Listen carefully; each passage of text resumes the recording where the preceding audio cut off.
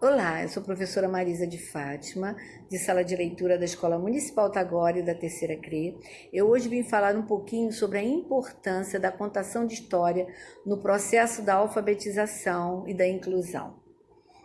Nós sabemos que a contação de história é um grande aliado do professor no processo do ensino-aprendizado do seu aluno. Tá? Ela é uma porta aberta ao mundo literário. E a nossa missão, então, é formar leitores.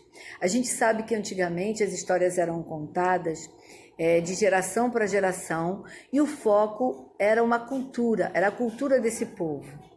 Mas hoje a criança tem um leque muito grande de histórias e ela tem acesso a esse livro. A escola oferece o manuseio desses livros. E ela, então, passa a a vivenciar, quando ela participa dessa história, no mundo imaginário, no mundo literário. Ela tem interesse em aprender a leitura, em conviver com o livro e saber mais sobre a história, tá? E ela vivencia essa história e ela entra nesse mundo imaginário. Até mesmo as crianças com necessidades especiais. A gente tem uma ansiedade muito grande que a criança aprenda logo a ler, mas tudo tem o seu tempo. A criança com necessidades especiais, ela se apaixona pelo livro, se apaixona pela história e ela tem uma atenção muito grande quando ela tem uma boa contação de história. E às vezes a gente já quer oferecer até outros livros para ela, mas ela tem interesse naquele livro onde ela se encontrou. E ela está sempre naquela mesma história. E aí ela passa a vivenciar esse mundo literário, que é um processo de aprendizagem, de alfabetização muito lenta. Tardiamente ela vai aprender. Mas é isso que a gente tem que saber respeitar. A gente tem que ter um elo com essa criança muito grande, de carinho, de atenção, e ela passa a ter confiança naquilo que a gente conta, naquilo que a gente fala. E é daí que ela vai ter interesse pelos livros, né? Então, toda criança que participa de uma boa contação de história, ela pode entrar nesse mundo imaginário e a contar, a recontar. No momento em que ela conta e ela reconta essa história, ela está tendo uma bagagem muito grande ao mundo literário. Tá? Ela está sendo inserida numa alfabetização, mesmo que seja mais lento. Tá? E ela está desenvolvendo o seu lado social e intelectual. Então, quando a gente oferece o livro à criança, a gente está criando, formando leitores. Ela pode contar a sua própria história, a sua própria produção, e daí ela começa a desenvolver o mundo da leitura, o mundo da escrita. O seu vocabulário cresce como bagagem, tá? Então, trabalhar com uma roda de leitura, com um cantinho da leitura, com uma história de fantoches, tá? O manuseio do livro. A gente sabe que hoje, em tempos difíceis, se a gente voltar à nossa escola, o manuseio do livro vai ficar um pouco difícil, mas com certeza isso tudo vai passar. Mas em casa, com os pais, ela pode ter esse acesso aos jornais, às revistas, e se interessar por esse mundo da leitura. Tá? Então, ela passa a descobrir as letras, identificando essas letras, é um processo fundamental para a alfabetização. Tá? Então, uma boa contação de história, ela leva o indivíduo na formação de leitores. E é esse o nosso objetivo. Espero que eu tenha falado alguma coisa que tenha servido para você e ajudar nessa formação de leitores. Tá? Um grande abraço a todos e até já. Olá, eu sou a professora Marisa de Fátima, da Sala de Leitura da Escola Municipal Taguara e da Terceira CRE. Eu hoje venho contar para vocês uma linda história que vocês já conhecem. É um conto de fadas infantil. É a Branca de Neve e os Sete Anões. Essa história, ela acontece num lindo castelo próximo a uma floresta. E ali vivia uma família muito feliz, o rei e a rainha.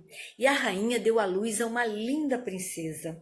E essa princesa era tão branquinha, tão branquinha que recebeu o nome de Branca de Neve. Branca de Neve cresceu e se tornou uma bela moça. Mas essa bela moça, que vivia tão feliz com sua família, um dia ficou triste. Sua mãe ficou doente e veio a falecer. E o seu pai, o rei, resolveu casar com uma nova rainha para cuidar bem da princesa. Mas essa rainha era uma rainha muito vaidosa e ela se incomodava com a beleza de Branca de Neve. Vocês sabiam que todos os dias ela perguntava ao espelho: espelho, espelho meu, existe alguém mais bela do que eu? E o espelho respondia: não, a minha rainha. E ela continuava vaidosa, vaidosa, mas incomodada com a beleza de Branca de Neve. E ela era tão malvada que ela chamou os guardas e pediu que prendesse o rei bem longe dali. E a princesa ficou muito triste, achou que seu pai tinha ido embora e não quisesse mais saber dela. Mas mesmo assim ficou ali com aquela malvada rainha. E ela tratava ela muito mal, ela limpava, ela não se cansava, mas estava sempre pronta a fazer as vontades da rainha. E um belo dia a rainha perguntou ao espelho novamente: espelho, espelho meu, existe alguém mais bela do que eu? Mas sabe o que o espelho respondeu? A Branca de Neve. Ela ficou tão furiosa, mas tão furiosa, que chamou os guardas e mandou que levasse Branca de Neve para a floresta e abandonasse Branca de Neve na floresta. E Branca de Neve ficou andando pela floresta, até que ela achou uma casinha tão pequenininha, e resolveu bater na porta. E toque, toque, toque, e ninguém atendeu. Ela resolveu entrar e achou a casa tão bagunçada, tão desarrumada, resolveu arrumar.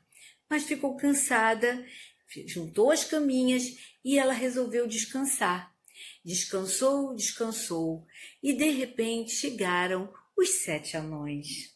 E viram Branca de Neve deitada, não estavam entendendo nada.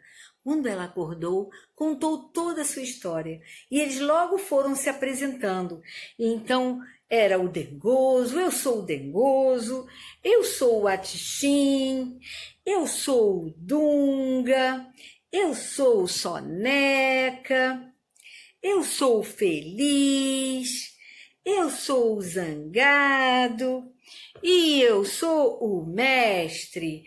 E Branca de Neve ficou feliz pela grande família que ela passou a ter, tá? E eles então resolveram que Branca de Neve poderia morar com eles. Branca de Neve ficou muito feliz, fazendo parte daquela grande família. No dia seguinte, eles saíram para trabalhar. Quando foram trabalhar, deixaram Branca de Neve cuidando da casa. E Branca de Neve limpou toda a casa bonitinha. Estava tão contente, tão contente. E lá no castelo da bruxa malvada, daquela rainha malvada, ela pergunta ao espelho: espelho, espelho meu, existe alguém mais bela do que eu? Mas sabe o que o espelho respondeu? A Branca de Neve, que está viva lá perto da floresta, numa casinha pequenininha.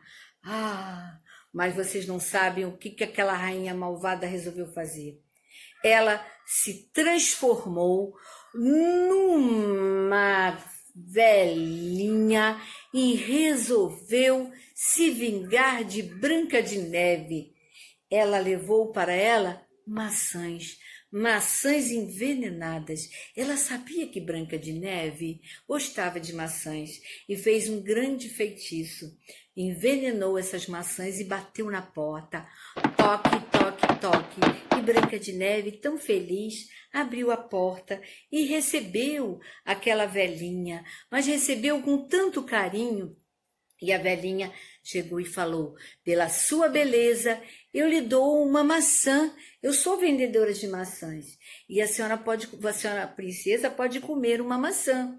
Branca de Neve logo deu aquela mordida da maçã. E o que aconteceu? Desmaiou. Aí os anõezinhos ficaram sabendo e chegaram no castelo na casinha, encontraram Branca de Neve dormindo, parecia morta, e resolveu chamar o príncipe. O príncipe chegou e, de repente, acudiu a bela princesa, deu-lhe um grande beijo e a princesa ficou feliz. E eles se apaixonaram. E o que aconteceu? O príncipe resolveu soltar o rei e se formou uma grande família que foram felizes para sempre. Foi um belo casamento do príncipe com a princesa Branca de Neve e todos ficaram felizes. Gostaram da história? Então, um grande beijo para vocês e até lá!